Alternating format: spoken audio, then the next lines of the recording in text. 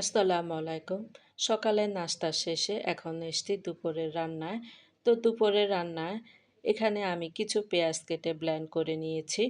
আজকে আমি দুপুরের রান্নায় কিছু এক্সট্রা কাজ করে নিব। তো এই কাজগুলো আসলে করে রেখে দিলে আর পরবর্তীতে ঝামেলা হয় না। তো এখানে আমি কিছু চিংড়ি মাছও নামিয়ে রেখেছি। এটা কুটে বেটে আমি রস করে নিয়েছি।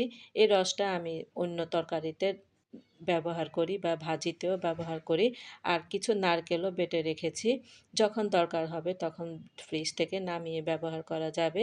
তো এগুলো আমি সবকিছু রেডি করে ডিপ ফ্রিজে রেখে দিয়েছি। আর এই কাজে আমাকে সহযোগিতা করেছে। আর এখানে আমি একটা সোনালী মুরগি রান্না করেছি, সাথে একটা সবজিও করেছি। এখানে ৩ ধরনের সবজি নিয়েছি, বরবটি, পেঁপে আর মিষ্টি কুমড়া। এরপর আমি একটা বাঙ্গি কেটে নিয়েছি। এটা খাওয়ার পর খাওয়া হবে। তো আসলে খাওয়ার পর একটা ফ্রুটস খেলে ভালো।